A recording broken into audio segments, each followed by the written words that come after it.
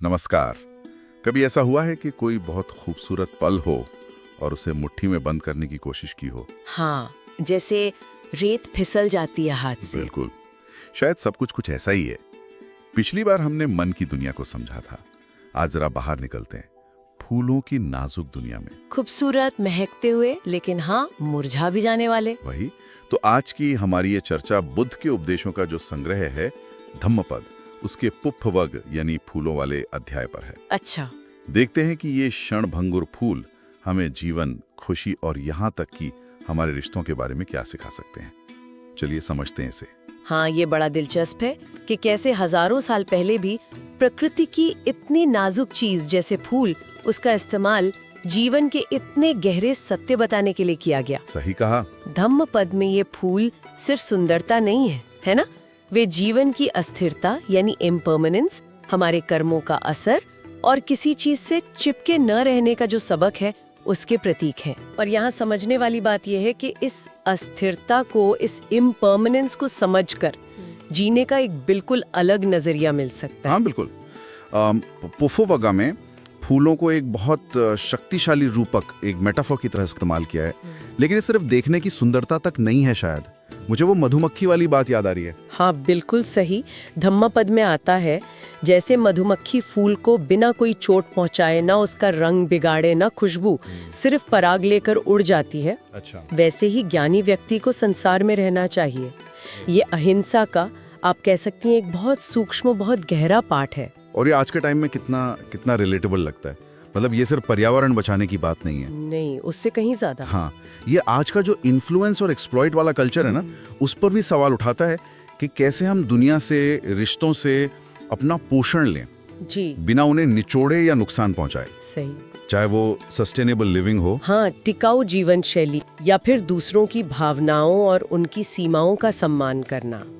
आपने बिल्कुल सही पॉइंट पकड़ा। और ये हमें अगले जरूरी बिंदु पर लाता है, सुंदरता की सराहना और आसक्ति मतलब अटैचमेंट, उसमें क्या फर्क है। हाँ ये महत्वपूर्ण है। फूल सुंदर है, इसमें कोई शक नहीं, पर वे अस्थायी हैं, टेम्पररी। प्रॉब्लम सुंदरता में नहीं है, प्रॉब्लम है हमारे उस सुंदरता को हमेशा के लिए अपना बनाने की कोशिश में। अच्छा, जैसे कि उस पर कब्जा करना चाहें। एग्जैक्टली। जब हम सुंदरता को बस अनुभव करने के बजाय उसे ओन करना चाहते हैं, पजेस करना चाहते हैं। जैसे कोई महंगी चीज खरीद ली और सोचा कि बस अब खुशी मिल गई, पर वो एहसास टिकता नहीं। बिल्कुल। या फिर रिश्ते जो सिर्फ बाहरी लुक्स पर, आकर्षण पर टिके हों, वो आकर्षण जरा फीका पड़ा और रिश्ता बिखर गया। हाँ, लेकिन एक सवाल उठता है, क्या बिना किसी जुड़ाव या आसक्ति के सच में कोई गहरा रिश्ता या अनुभव संभव है?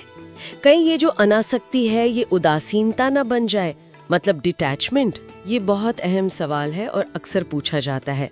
देखिए, बौद्ध दृष्टिकोण में अनासक्ति का मतलब उदासीनता या रिश्तों से भागना बिल्कुल नहीं है। अच्छा, तो फिर क्या है? इसका मतलब है गहराई से सराहना करें, प्रेम करें, पर वो जो मालिकाना हक वाली भावना होती है ना, उसके बिना, ओनरशिप के बिना। फूल की खुशबू का आनंद लें, उसे तोड़कर ये साबित करने के लिए नहीं कि ये मेरा है। सुंदरता अनुभव करने के लिए है, उसे कैद करने के लिए नहीं। लगाव हो पर वो पकड़ ना हो। समझ गया, मतलब जुड़ाव हो पर जकड़न ना हो। अच्छा, और ये बात सिर्फ बाहरी सुंदरता पर ही लागू नहीं होती होगी, है ना? शायद हमारे अंदरूनी गुणों और कर्मों पर भी। निश्चित रूप से, बिल्कुल। और यहीं पर सदाचार मतलब नेकी, अच्छे कर्म, उनका महत्व सामने आता है। हाँ। धम्मपद में एक जगह कहा गया है कि जैसे कोई फूल हो, देखने में बहुत सुंदर पर उसमें खुशबू ना हो। अच्छा। वैसे ही अगर कोई व्यक्ति बहुत सुंदर बातें करता है, उपदेश देता है, पर उन पे खुद अमल नहीं करता, तो उसकी बातें व्यर्थ हैं, फलहीन हैं। ये तो सोचने वाली बात है। तो कर्मों की ये खुशबू शब्दों से ज्यादा टिकने वाली और असरदार है। हाँ, कह सकते हैं कि असली महत्व कर्मों की सुगंध का है। हमारे अच्छे कामों का जो असर हमारे आसपास फैलता है। जैसे किसी जरूरतमंद की चुपचाप मदद कर देना या किसी के लिए सच्ची हमदर्दी दिखाना। इन कर्मों का असर वो खोखले दावों या दिखावटी नेकी से कहीं ज्यादा गहरा और टिकाऊ होता है। असल सुंदरता कर्मों की ही है। और अंत में शायद फूल हमें सबसे बड़ा सबक सिखाते हैं, क्षणभंगुरता का, इम्परमानेंस का, है ना? बिल्कुल। हर फूल खिलता है और फिर मुरझा जाता है, ये तय है। और ठीक वैसे ही जीवन का हर अनुभव, हर खुशी, हर फेज आता है और गुजर जाता है। कुछ भी हमेशा नहीं रहता। हाँ, और इसी सच्चाई को, इसी अनित्यता को जब हम गहराई से स्वीकार कर लेते हैं, उसी में शांति है। अच्छा, कैसे? जब हम समझ जाते हैं कि सब कुछ बदल रहा है, बदलना ही नियम है, तो हम बदलाव से लड़ते नहीं हैं, उसके साथ बहना सीखते हैं। ये हमें मोह और निराशा के उस चक्कर से आजाद करता है, क्योंकि हम जानते हैं कि न सुख हमेशा रहेगा, न दुख। तो आज की भागदौड़ भरी जिंदगी में हम इस फूलों की तरह जीने के फलसफे को कैसे उतार सकते हैं रोजमर्रा में?